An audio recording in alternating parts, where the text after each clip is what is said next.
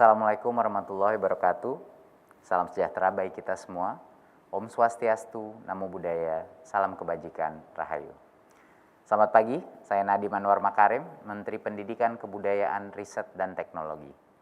Saat ini kami berada di ruangan yang sudah menerapkan protokol kesehatan yang sangat ketat, termasuk disediakan pembatas tembus pandang di antara para narasumber, dan sudah melakukan tes PCR dengan hasil negatif, Alhamdulillah. Untuk itu, izinkan kami untuk membuka masker.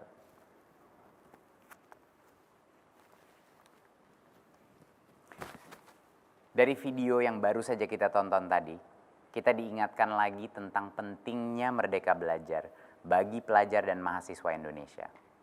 Apalagi saat ini perubahan global terjadi sangat cepat dan tidak terduga.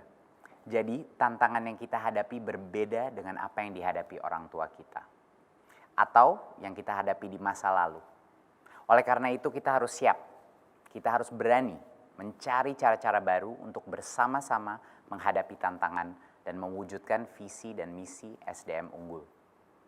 Merdeka Belajar Kampus Merdeka memberikan hak kepada mahasiswa untuk belajar di luar prodinya dan di luar kampus selama 3 semester. Mahasiswa Indonesia sekarang bisa melakukan magang di industri kelas dunia. Mereka bisa menjadi tenaga pengajar untuk membantu ibu dan bapak guru di SD maupun di SMP. Serta ikut program pertukaran dengan mahasiswa dari daerah atau pulau lain di Indonesia, bahkan dari benua lain. Kemudian ada juga Kampus Merdeka Vokasi yang menghadirkan 2 transformasi utama pada pendidikan tinggi vokasi, yaitu program SMK D2, jalur cepat, dan peningkatan program studi D3 menjadi sarjana terapan D4. Keduanya dirancang untuk lebih mengintegrasikan pendidikan tinggi vokasi dengan dunia kerja, sehingga pelajar mendapatkan pendidikan yang lebih tinggi dalam bidang yang benar-benar diminati dengan waktu yang jauh lebih singkat.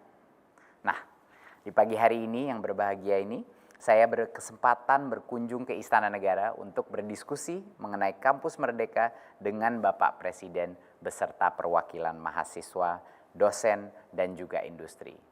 Sudah hadir bersama saya Bapak Presiden Joko Widodo, Rektor IPB dan Ketua Forum Rektor Indonesia, Bapak Profesor Arief Satria, Direktur Utama Telkom, Dirik Adriansyah, Direktur Utama dan Co-founder Tokopedia, Bapak William Tanuwijaya, serta perwakilan mahasiswi peserta program Kampus Mengajar, Ayu Sabrina, dari Universitas Diponegoro, perwakilan mahasiswa peserta program Bangkit, Christian Doksa Hamasyah, Universitas Brawijaya, serta Tessa Saraswati, penerima beasiswa LPDP S2 yang sudah menjadi alumni Yale University.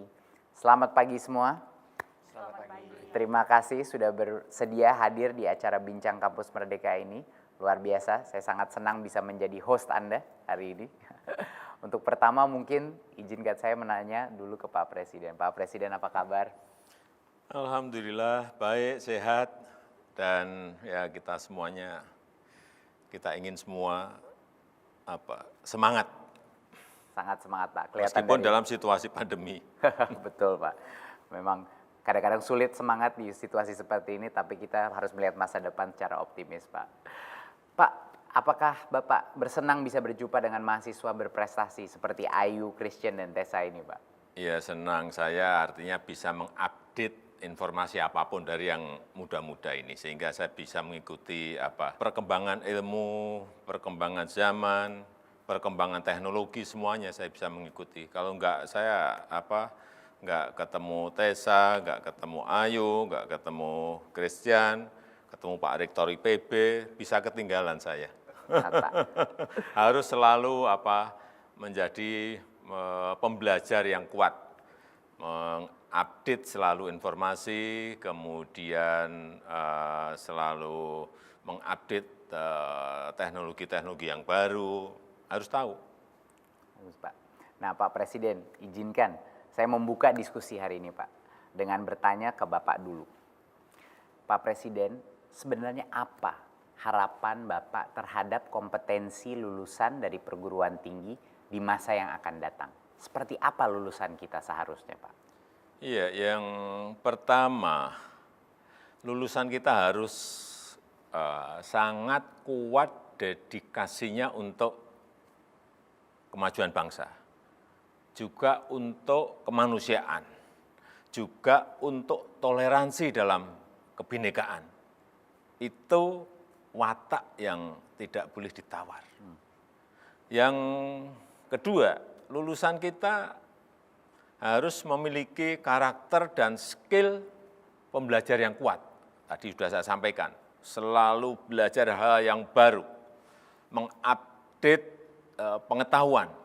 Karena hal ini sangat penting karena masa depan itu akan penuh dengan disrupsi, akan penuh dengan perubahan-perubahan yang besar. Kita tahu ini arus perubahan cepat sekali. Bahkan penuh dengan kompetisi. Tanpa belajar terus-menerus, ya, lulusan kita akan tertinggal oleh perkembangan iptek yang sekali lagi perkembangannya sangat pesat sekali. Yang ketiga, lulusan kita bukan hanya mempunyai kemampuan akademik, tetapi juga memiliki kemampuan inovatif, kemampuan inovasi yang kuat, dan juga mampu menjadi problem solver terhadap masalah-masalah sosial yang ada di masyarakat. Karyanya bukan hanya karya ilmiah, tetapi juga karya yang memecahkan masalah sosial melalui pemanfaatan teknologi, melalui inovasi, dan juga kewirausahaan. Kemudian yang keempat, lulusan kita harus menguasai iptek yang terbaru. Iptek tapi yang terbaru. Mungkin saja iptek terbaru itu belum dikuasai oleh kampus, maaf Pak Rektor. Bisa saja. Tapi sudah berkembang di dunia industri. Oleh karena itu, keterlibatan industri dalam pendidikan di kampus sangatlah penting. Juga kerjasama antar kampus untuk mempercepat proses pengembangan dan penguasaan iptek terbaru. Dan yang kelima, lulusan kita jangan hanya siap mengisi lapangan kerja, tetapi juga mampu menciptakan lapangan kerja. Ini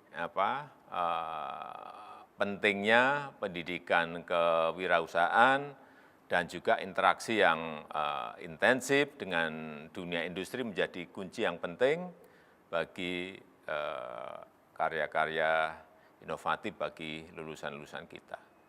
Saya rasa itu. Nah, sekarang saya mau gantian bertanya ke Mas Menteri. Nih, apa yang telah dilakukan oleh Mas Menteri untuk mencapai visi SDM unggul melalui program Kampus Merdeka?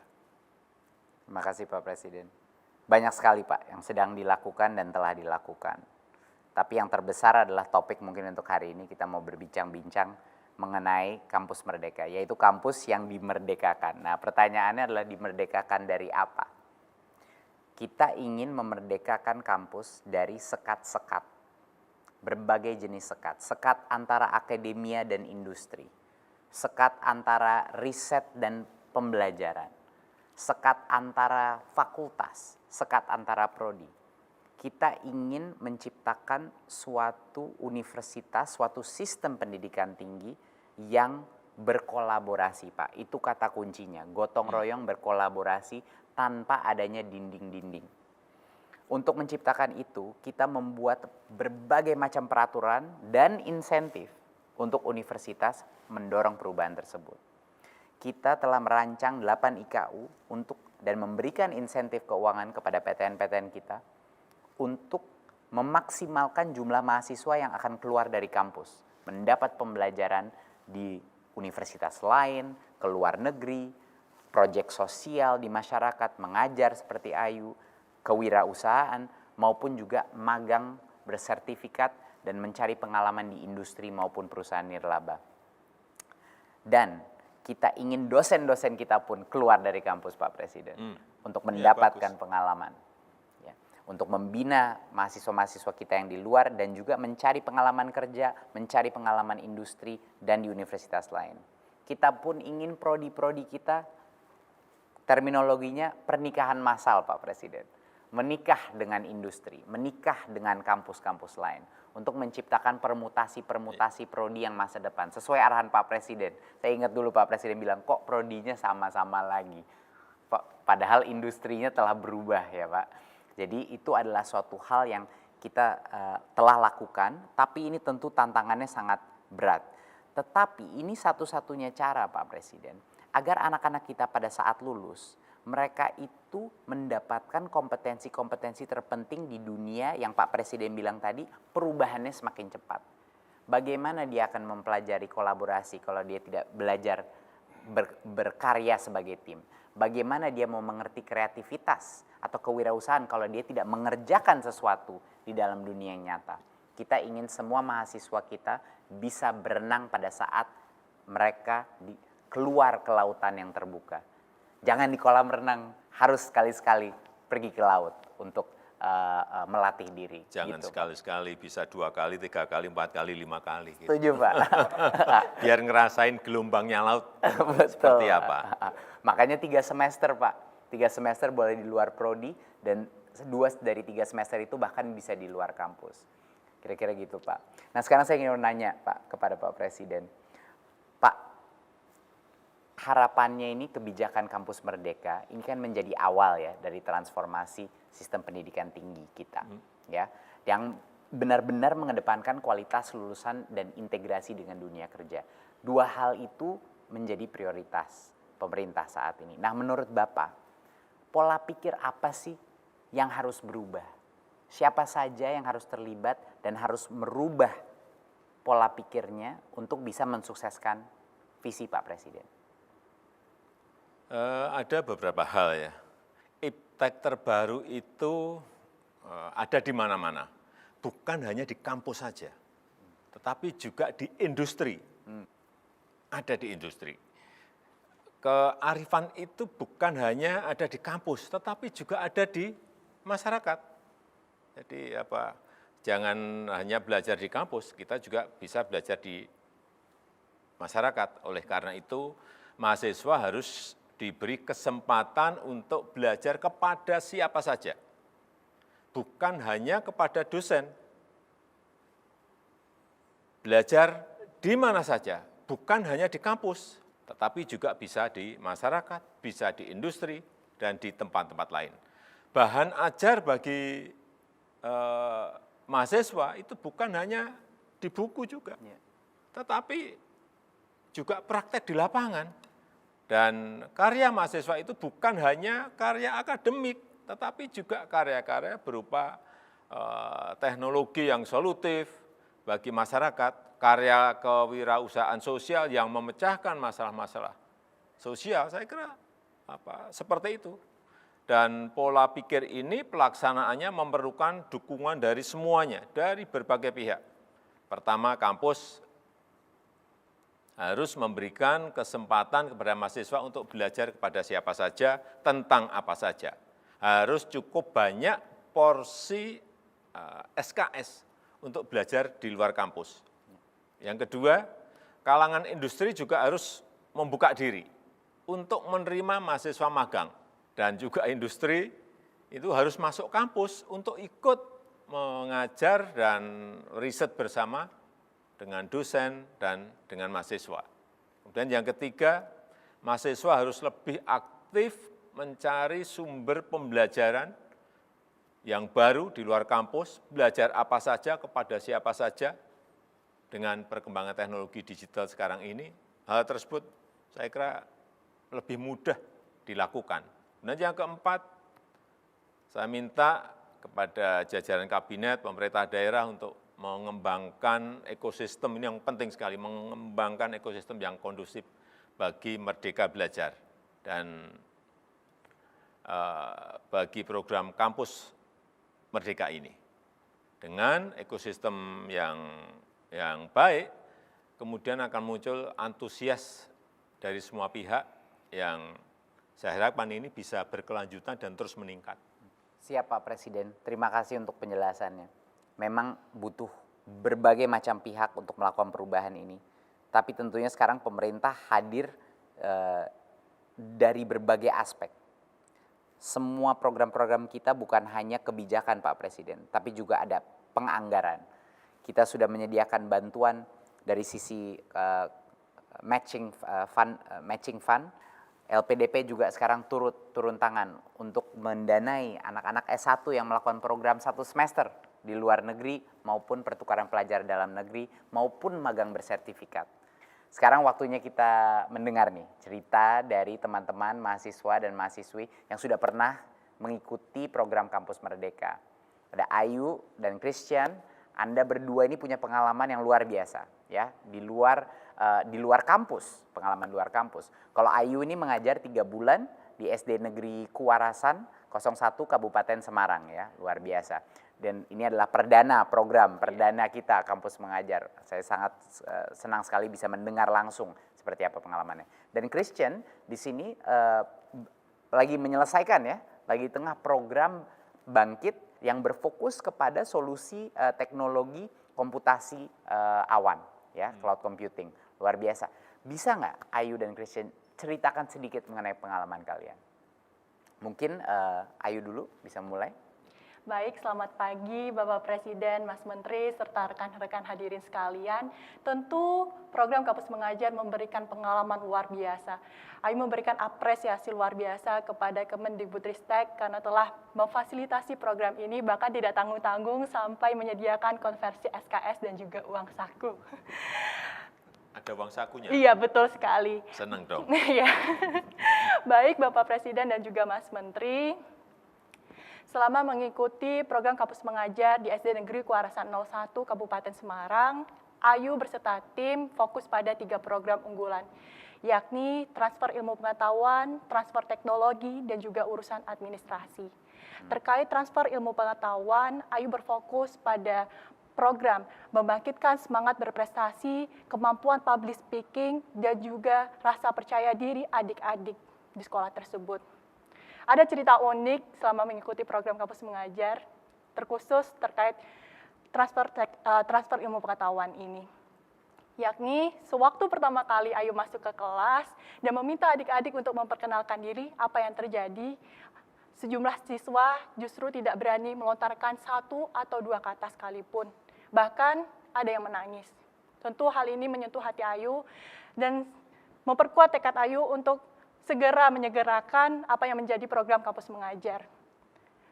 Selang beberapa waktu, yakni setelah 2 kali pertemuan, siswa yang tadinya tidak berani melontarkan 1 kata sedikit pun justru menjadi siswa yang paling rajin mengajukan diri pertama kali. Mbak Ayu, saya mau maju pertama. Mbak Ayu, saya tahu itu jawabannya apa. Mbak Ayu, saya bisa. Tentu ini merupakan suatu kebahagiaan sendiri bagi saya. Kemudian, beberapa waktu lalu, yakni 2 minggu terakhir ini, para siswa belajar secara home visit. Ayu melihat tidak ada perbedaan, adik-adik di sana begitu semangat, dan setelah Ayu menjalankan program home visit ini, Ayu tahu bahwa jarak dari rumah adik-adik ini ke sekolah itu begitu jauh, ada yang bahkan sampai 1 jam perjalanan kaki, melewati bukit dan jalan yang, mohon maaf, masih jelek, yakni batu-batu. Tapi adik-adik di sana masih bersemangat dan juga tidak ada rasa capek. Bahkan kalau Ayu mengajarkan, mengisi kelas di sana, adik-adik, Mbak Ayu tambah lagi dong waktunya, Mbak Ayu ini apa? Dan justru semakin aktif bertanya. Dan selain itu, Bapak Presiden dan juga Mas Menteri, kami selaku tim Kampus Mengajar SD Negeri Kuarasan 01 juga ikut mempromosikan program Kampus Mengajar melalui akun sosial media kami, yakni di laman YouTube dan juga Instagram. Jika berkenan nanti Bapak Presiden dan juga Mas Menteri boleh banget nonton atau lihat-lihat dari video kegiatan tersebut. Nah, yang terakhir, di SD kami membantu untuk memodernisasi perpustakaan, di mana perpustakaan itu kami rombak, ada penomoran-penomoran buku, terus selanjutnya buku-buku yang dari pemerintah kami tata kembali, kami keluarkan, kami kelompokkan. Dan nantinya di perpustakaan tersebut akan kami sediakan sejenis karpet seperti itu sehingga adik-adik akan betah untuk membaca di situ. Nah, harapan dari kami dengan adanya modernisasi perpustakaan tersebut, adik-adik itu terbantu dan hasil minat literasi membacanya semakin meningkat. Demikian Bapak Presiden dan juga Mas Menteri, ada banyak cerita menarik yang ingin Ayu sampaikan, tapi mungkin kalau dalam sekarang tidak sempat, nah boleh lain waktu mengundang Ayu kembali. Terima kasih Ayu. Ya.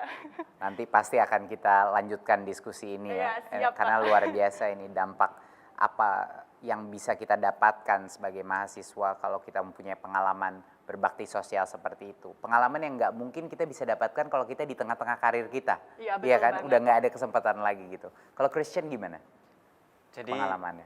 pengalaman saya mengikuti Bangkit sebelumnya terima kasih Mas Menteri dan Bapak Presiden yang sudah merealisasikan program Bangkit yang sebenarnya saya tidak menduga saya bisa kuliah langsung diajar oleh praktisi industri dengan kompetensi internasional. Gitu. Jadi Bangkit adalah program 1 semester, di dalamnya ada 3 jalur yaitu Android, Cloud Computing, dan Machine Learning. Dan kebetulan saya mengambil Cloud Computing. Di dalam Bangkit ada sekitar 900 jam dan saat ini kami masih sedang menjalani dan masih dalam proyek akhir. Saya dan tim membuat proyek akhir untuk UMKM dengan nama Usahaku. Dengan adanya aplikasi Usahaku ini diharapkan kami dapat membantu UMKM dengan melihat data dan kebiasaan UMKM ini dalam melakukan bisnis. Misalkan sistem kami dalam sisi machine learning bisa memberikan keputusan sistem yang strategis seperti kapan waktunya restock dan kapan barang ini harus dikurangi. Sehingga bisnis bisa lebih agile dan lebih efisien dalam menjalankan bisnisnya. Dan pada saat ini saya tidak sendiri, ada 3.000 mahasiswa hebat lainnya yang sedang mengikuti program Bangkit ini. Harapan saya program Kampus Merdeka Studi Independen Bangkit ini bisa terus ada untuk membangun infrastruktur Indonesia yang lebih baik, efisien, murah, dan terbaru. Karena kalau kita bisa membuat sistem yang efisien, murah, kita bisa menolong ratusan juta rakyat Indonesia dan bisa membuat hidup mereka lebih efisien dalam menjalankan kehidupan sehari-hari melalui teknologi. Itu dari saya, Bapak Presiden dan Mas Menteri. Terima kasih. Luar biasa, jiwa kewirausahaannya udah kelihatan dari diskusi ini. Mungkin Pak Presiden apa ada pertanyaan Pak untuk adik-adik? Ya tadi untuk cloud computing itu apa sih yang dipelajari di situ atau dilatih, di training apa? Jadi di dalam pelajaran cloud computing Bapak Presiden, di situ kami langsung diajari oleh praktisi Google yang kita ketahui juga reputasi server mereka juga tidak pernah down gitu. Jadi bagaimana kita bisa membuat layanan atau yang biasa disebut dengan web service ini dapat berjalan dengan baik dengan cost yang murah. Itu adalah prinsip dasar dari cloud, kita bisa melayani banyak orang dengan cost yang se-efisien mungkin. Karena kalau misalkan tampilan dari aplikasi ini bagus, namun infrastrukturnya itu kurang, maka akan mengurangi pengalaman dari penggunaan aplikasi ini. Nah, harapannya dengan adanya cloud computing ini, dan saya juga senang sekali bisa mengikuti program ini karena saya dari teknikal dan saya juga dari SMK dulunya yang suka praktek dan menemukan bahwa ada program Bangkit ini, saya sangat semangat mendaftar dan puji Tuhan saya bisa terpilih dan mengikuti dan membuat produk yang nyata menargetkan UMKM. Seperti itu, Mas Menteri dan Bapak Presiden. Ya ini untuk perwakilan mahasiswa baik Tessa, Ayu, Christian. Ini setelah mengikuti program Kampus Merdeka, apakah ada nggak tahu perasaannya menyesal, wah buang-buang waktu aja, atau justru tambah semangat karena merasakan manfaatnya, mungkin bisa diceritakan sedikit dalam menjalankan Kampus Merdeka ini. Nggak apa-apa, bisa, silakan. Ya. Baik Bapak, tentu kalau pertanyaannya ada rasa menyesal atau tidak sama sekali. Program Kampus Merdeka, terutama kampus mengajar ini memberikan kesempatan luar biasa, memberikan kesempatan kepada mahasiswa untuk belajar semerdeka mungkin di luar kampus.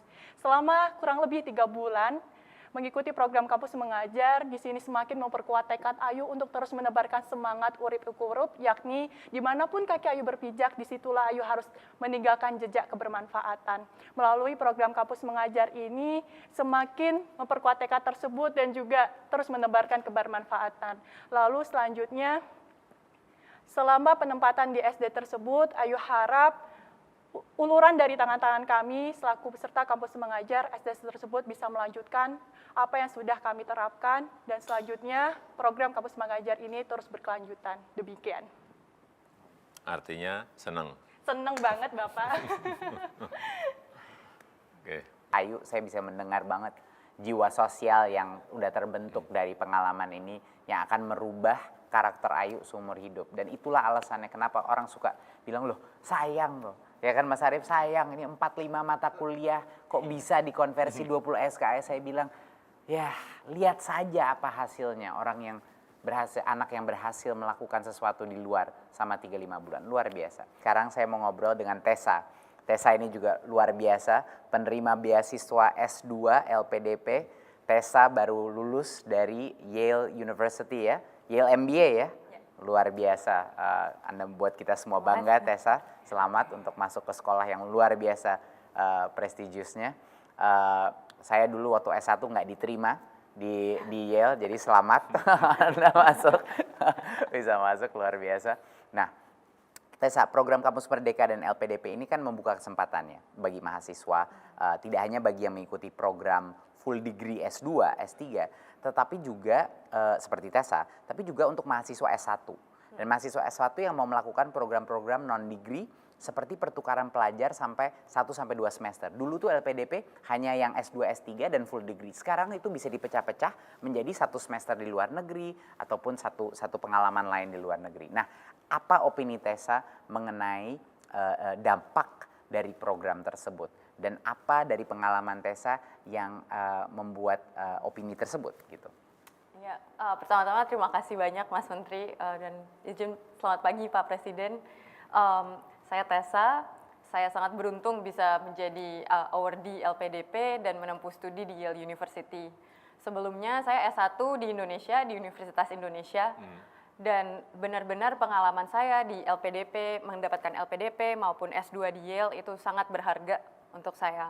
Karena di situ saya belajar bahwa sangat penting untuk mempersiapkan diri untuk lapangan kerja dan perkembangan iptek yang semakin maju, semakin terhubung, dan semakin global.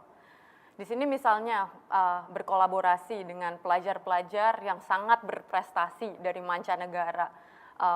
Mungkin dulu Mas Menteri juga kuliahnya di luar negeri. Kalau di Yale benar-benar sangat internasional, ketemu teman-teman dari Afrika, dari India, dari Cina, dan dari Amerika Serikat sendiri. Jadi itu merupakan suatu pengalaman yang sangat berbeda.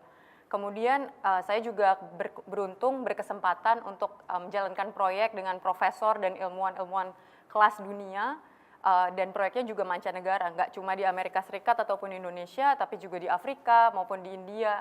Dan itu relate berhubungan dengan pengembangan ventilator dengan biaya rendah untuk bayi-bayi prematur. Jadi Yale MBA pun udah ada kampus Merdeka programnya juga ya, sebagai bagian dari kurikulum mereka. Betul, Mas Menteri.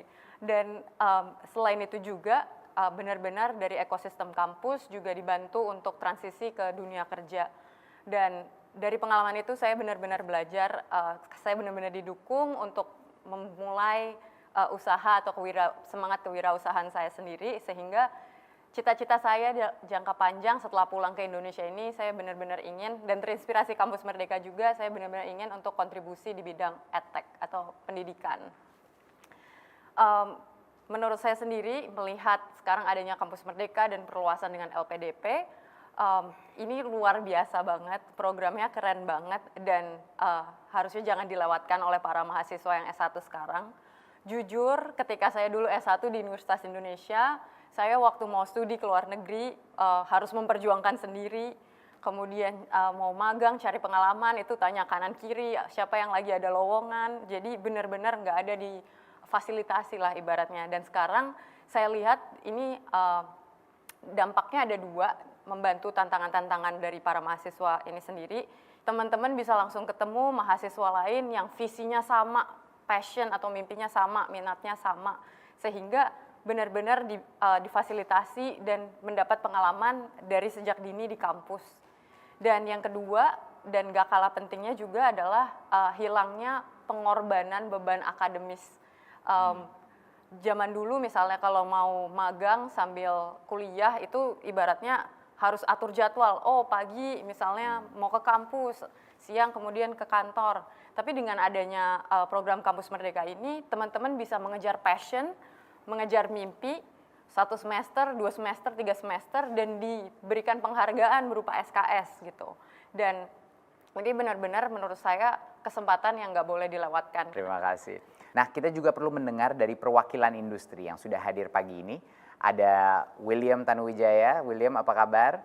CEO Tokopedia, dan Pak Ririk, Dirut daripada Telkom. Terima kasih sudah hadir.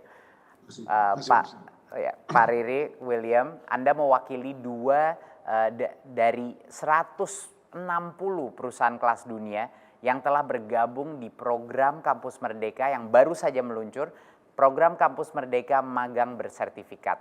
Ini program yang akan melatih minimum 100 mahasiswa di masing-masing perusahaan per semester di dalam perusahaan Anda. Dan itu full time, mahasiswa ada mendapatkan 20 SKS. Boleh nggak jelaskan, apa motivasi Anda untuk bergabung dalam program ini? Dan seperti apa program yang akan ditawarkan kepada mahasiswa di perusahaan Anda? Mungkin William bisa menjawab dulu. Terima kasih Mas Menteri. Selamat pagi Pak Presiden. Seperti yang Pak Presiden dan Mas Menteri tadi sudah sampaikan, industri teknologi berkembang dan berubahnya cepat sekali. Mungkin sebagai contoh, beberapa tahun yang lalu, jika kita tidak menggunakan BlackBerry, kita dianggap ketinggalan zaman. Sekarang kalau kita masih menggunakan BlackBerry, kita justru dianggap ketinggalan zaman. Beberapa perusahaan teknologi global yang tadinya menguasai pangsa pasar, kini bahkan sudah tidak lagi menjadi relevan. Seakan ada hukum tidak tertulis dalam industri teknologi, beradaptasi atau mati. Sebagai pelaku industri teknologi nasional, sejak hari pertama kami harus siap dan mampu bersaing di pasar global. Namun berbeda dengan industri lainnya, di mana kekayaan sumber daya alam dapat menjadi penentu, dalam industri digital, keunggulan sumber daya manusialah yang menjadi kunci.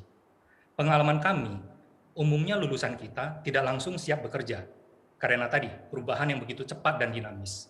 Perusahaan harus melatih kembali talenta yang ada sesuai dengan perkembangan industri. Padahal kita semua sedang berpacu, berlomba meluncurkan inovasi yang terbaik, sehingga waktu sebenarnya menjadi sangat berharga, tidak boleh terbuang sia-sia. Inilah yang menjadi motivasi utama kami untuk bergabung dalam program ini. Kami menawarkan 2 program untuk mendukung Kampus Merdeka. Program pertama, seperti tadi Mas Menteri sudah sampaikan, program magang bersertifikat, di mana kami rancang untuk memberikan kesempatan kepada para peserta untuk menjelajah dan mendalami bidang yang beragam sebelum menentukan perjalanan karir mereka. Kami akan mulai dengan 3 bidang. Bidang pertama, software engineer, untuk yang tertarik mendalami hal-hal teknis dan terkini, seperti machine learning, artificial intelligence. Ini untuk mencetak insinyur-insinyur masa depan generasi bangsa. Bidang kedua, sosial media, untuk mencetak marketer yang ingin mendalami tentang komunikasi dan pemasaran. Pak Presiden sempat dalam satu kesempatan melempar wacana bahwa mata kuliah saat ini sudah harus ada mata kuliah MIM. Nah, ini adalah aplikasi dunia nyatanya. Bidang ketiga, business development, untuk yang tertarik pada bidang strategi dan operasional. Program kedua yang kami luncurkan adalah Hackathon DevCamp, yang berwujud kompetisi untuk membangun produk dan solusi dalam waktu sangat singkat, di mana peserta belajar langsung bagaimana membangun tim, membangun produk, dan presentasi. Program ini dirancang untuk peserta yang suka sekali ngulik sampai kadang-kadang mengorbankan nilai akademis mereka. Lewat kedua program ini, kami berharap dapat menemukan dan mengasah mutiara-mutiara terpendam sejak dini tanpa harus menunggu talenta-talenta terbaik Indonesia lulus kuliah. Semuanya akan mendapatkan pendampingan dan langsung terjun kepada masalah yang kompleks. Tadi seperti langsung tidak boleh hanya berenang di kolam renang, langsung terjun ke berenang di samudera yang luas, ikut membangun solusi kepada lebih dari 100 juta pengguna layanan kami, masyarakat Indonesia, mitra UMKM, agar mereka dapat turut langsung berkontribusi pada pemerataan dan pembangunan ekonomi secara digital. Demikian Mas Menteri, Pak Presiden. Terima kasih, luar biasa programnya. Kalau saya mungkin di S1 saya ingin ikut programnya Itu karena luar biasa variasi dari disiplinnya. Pak Ririk, apa kabar Pak Ririk? Saya dengar Baik, Mas Menteri. saya dengar Telkom mau mengambil bukan 100 malah 300. Benar itu Pak Ririk? Bisa dijelaskan sedikit, silakan Pak. Baik, mungkin terima kasih Mas Menteri, selamat pagi Bapak Presiden.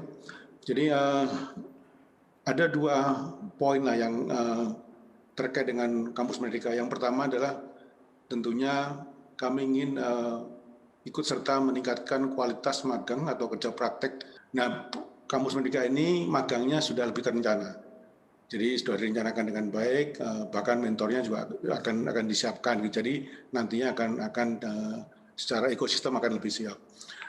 Nah, keterkaitan yang kedua adalah rekrutmen. Telkom saat ini sedang dalam proses transformasi menjadi digital telco, dan untuk itu kami sangat membutuhkan banyak talent-talent muda, khususnya di teknologi digital. Nah, kita perlu memperbaiki rekrutmen kita.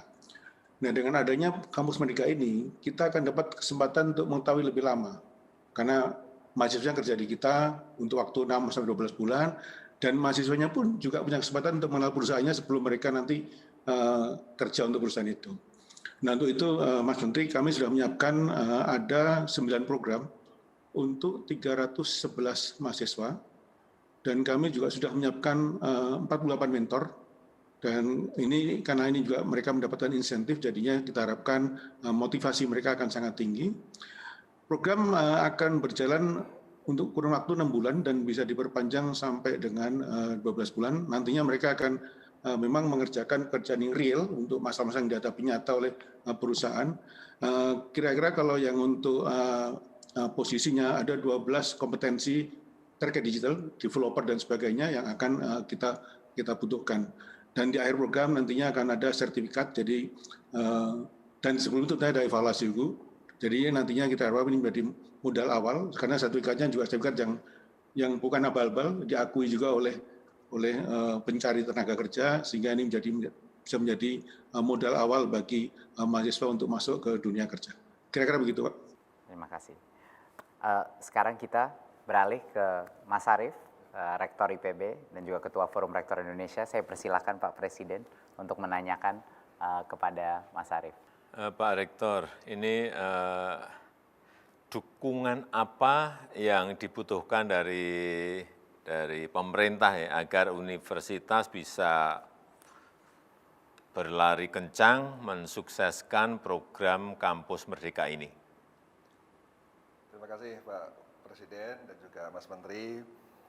Tentu dukungan dari pemerintah sangat penting sekali untuk mensukseskan implementasi Kampus Merdeka dan Merdeka Belajar. Dan menurut saya salah satu komponen yang penting adalah bagaimana kita menciptakan regulasi yang kondusif, seperti bagaimana undang-undang guru dan dosen, yang dimana memuat soal kualifikasi dosen, di mana sekarang dosen ketika kita hadir dalam Kampus Merdeka dan Merdeka Belajar, sulit cari praktisi yang master. Nah, oleh karena itu bagaimana kita harus ada penyesuaian perangkat perundangan agar bisa kondusif untuk implementasi Kampus Merdeka. Begitu pula soal BAN PT, sistem akreditasi. Ini juga harus merdeka juga, harus menciptakan ekosistem yang kondusif untuk kampus supaya lebih merdeka. Begitu pula statuta perguruan tinggi yang itu adalah peraturan pemerintah yang ditangani oleh Presiden. Jadi masing-masing PTNBH kan ada statuta yang ditangani melalui peraturan pemerintah. Ini juga saya kira perlu direform supaya disesuaikan dengan kondisi yang ada. Nah, pada prinsipnya apa yang sudah digariskan oleh Mas Menteri ini sebenarnya cocok sekali. Saya sebagai Rektor IPB tentu sangat senang karena apa yang dipikirkan Mas Menteri kita pikirkan sejak tahun 2018. Jadi 2018 kita melakukan upaya-upaya untuk melakukan reform. Reform itu kita dorong sebagai respons terhadap bahwa perubahan itu menjadi keniscayaan yang perlu sangat cepat, penuh dengan ketidakpastian, dan penuh dengan kompleksitas yang butuh mindset tertentu, growth mindset, adaptive mindset, future mindset, dan butuh skill set. Nah, sehingga reform kurikulum itu menjadi keniscayaan. Nggak bisa enggak. Sehingga integrasi akademik dan non-akademik juga sudah menjadi keniscayaan. Sehingga learning outcome untuk menghasilkan skill-skill tadi, menghasilkan mindset tidak cukup hanya dari kuliah, tatap muka. Tapi bagaimana kita mendorong mahasiswa hands-on di lapangan. Nah, sehingga itu bisa kita kita hasilkan sesuatu yang seperti disampaikan oleh Pak Presiden tadi. Nah, seperti sebagai contoh kami di IPB, mindset yang kita dorong adalah mahasiswa IPB begitu masuk 4.000 orang ikut pelatihan 7 Habits of Highly Effective People. Itu pelatihan yang sertifikasi internasional untuk merubah mindset dulu. 4.000 mahasiswa. Itu agar apa? Agar proaktif, positive thinking, open mind, memiliki growth mindset. Setelah itu ikut talent mapping. Dengan talent mapping itu terlihat berapa persen yang ingin menjadi entrepreneur, berapa persen ingin menjadi peneliti, ingin menjadi profesional. Ternyata ingin menjadi entrepreneur, mahasiswa IPB baru adalah 31%, Pak. Sangat beruntung sekali, 31% ingin menjadi entrepreneur. Tinggi sekali. Nah, sehingga kita salurkan sejak tahun pertama, ada business planning, business mentoring, business incubation. Kita ciptakan CEO School, Startup School, untuk mendorong itu semua. Nah, oleh karena itu, ini yang harus termasuk tugas akhir. Yang namanya skripsi sekarang tidak lagi individual, boleh kolektif. Sekarang bayangkan Pak Presiden, orang mau mengembangkan smart farming, nggak bisa orang agronomi sendiri, harus ngundang IT. Orang mengembangkan kehutanan, smart forestry, nggak bisa sendirian, gandeng orang teknik mesin, robotik, dan sebagainya. Sekat-sekatnya dipecah. Sekat pecah, jadi dulunya skripsi hanya satu orang, boleh kolektif. Ini yang kita dorong sejak 2 tahun lalu. Nah, kebetulan Mas Menteri mengeluarkan kebijakan Kampus Merdeka, istilah di kampung saya, tumbuh nemu tutup, klop. Jadi apa yang kita bayangkan, baru kali ini Pak, kita membayangkan suatu policy nasional, dan kemudian cocok sekali dengan apa yang sedang kita pikirkan dan kita kerjakan. Jadi Pak Mas Arief itu riset, kewirausahaan, dan mengajar, belajar, itu semuanya digabung dalam satu aktivitas kan. Itu luar biasa. Itu satu komdev ya. Nah, sehingga menurut saya ini sesuatu yang harus terus kita perkuat. Pola ini memang tantangan internal tentu cukup berat. Kami butuh 2 tahun Pak Presiden, 2 tahun untuk bisa menyiapkan ini semua. Jadi pas waktu 2019 ada Mas Menteri, kemudian kebijakannya, wah ini plong sekali, karena apa? Tumbuh, nemu tutup. Terima kasih Mas Arief, luar biasa. Mas Arief ini udah champion daripada Kampus Merdeka sebelum terminologi Kampus Merdeka itu tercipta ya Pak, udah bertahun-tahun. Tapi senang sekali punya mitra seperti Mas Arief. Pak Presiden, kita sudah mendengar Pak dari teman-teman dan adik-adik kita berbagi ceritanya tentang pengalamannya menghadapi perubahan-perubahan ini, baik secara akademis maupun secara karir. Tentunya masih banyak sekali lagi yang bisa kita gali, tetapi sayangnya waktu kita terbatas.